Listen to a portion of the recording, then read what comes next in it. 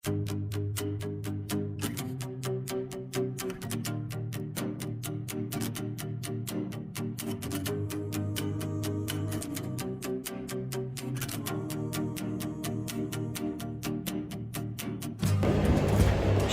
warahmatullahi wabarakatuh.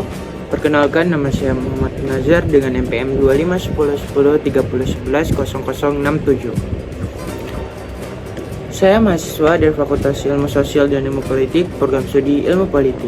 Nah, alasan saya membuat video ini adalah untuk menuntaskan tugas ujian akhir semester pada mata kuliah Pemikiran dan Sistem Politik Indonesia.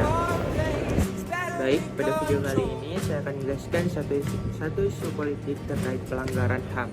Nah, sebelum kita lanjut, kita harus tahu nih, apa sih itu pelanggaran HAM?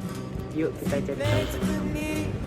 Pelanggaran HAM adalah setiap tindakan atau kelalaian yang mengurangi, menghalangi, membatasi, dan mencabut hak asasi manusia seseorang atau kelompok, baik disengaja maupun tidak, yang melanggar hukum dan menjamin hak atas penyelesaian yang adil. Pelanggaran ini dibagi menjadi dua kategori utama, yaitu pelanggaran HAM ringan, termasuk penganiayaan, penghalangan aspirasi, pencemaran nama baik, dan pelanggaran HAM berat, yaitu termasuk pembunuhan massal, penyiksaan sistematis, dan genosida.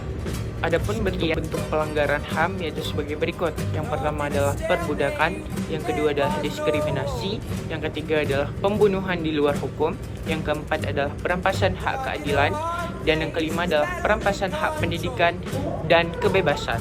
Berikut ini adalah perbedaan pelanggaran HAM ringan dan HAM berat. HAM ringan adalah tidak mengancam jiwa secara langsung, tetapi berbahaya jika dibiarkan. Contohnya penganiayaan ringan, penghalangan aspirasi, pencemaran nama baik, kelalaian pelayanan publik. Dan contoh HAM berat yaitu sebagai berikut. HAM berat merupakan kejahatan yang meluas dan sistematis, seperti genosida dan kejahatan terhadap kemanusiaan, mencakup pembunuhan massal, penyiksaan, perbudakan, dan lain-lain.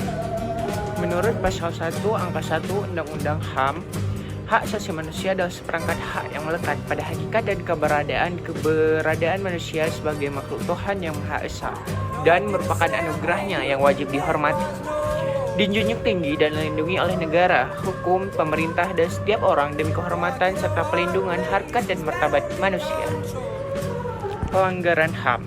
Pasal 1 Angka 6 Undang-Undang HAM mengatur pelaksanaan hak asasi manusia adalah setiap perbuatan seseorang atau kelompok orang termasuk aparat negara, baik disengaja maupun tidak disengaja, atau kelalaian yang secara melawan hukum mengurangi, menghalangi, membatasi, dan atau mencabut hak asasi manusia seseorang atau kelompok orang yang dijamin oleh undang-undang ini. Dan ini mendapatkan atau dikhawatirkan tidak akan memperoleh penyelesaian hukum yang adil dan benar berdasarkan mekanisme hukum yang berlaku. Pelanggaran HAM berat.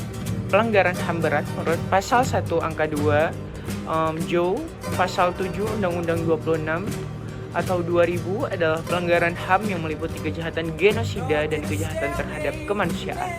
Merujuk pada calon melapor pelanggaran HAM ke Komisi Nasional Hak Asasi Manusia.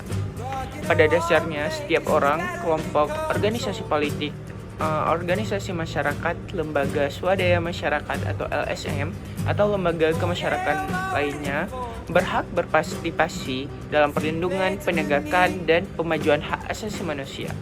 Kemudian orang-orang tersebut juga berhak menyampaikan laporan atas terjadinya pelanggaran hak asasi manusia kepada Komnas Hak Asasi Manusia atau lembaga lain yang berwenang dalam rangka perlindungan, penegakan, dan pemajuan hak asasi manusia. Sekian penjelasan saya terkait isu politik yang ada di Indonesia, yaitu pelanggaran hak asasi manusia. Wabillahi taufiq wal hidayah. Wassalamualaikum warahmatullahi wabarakatuh.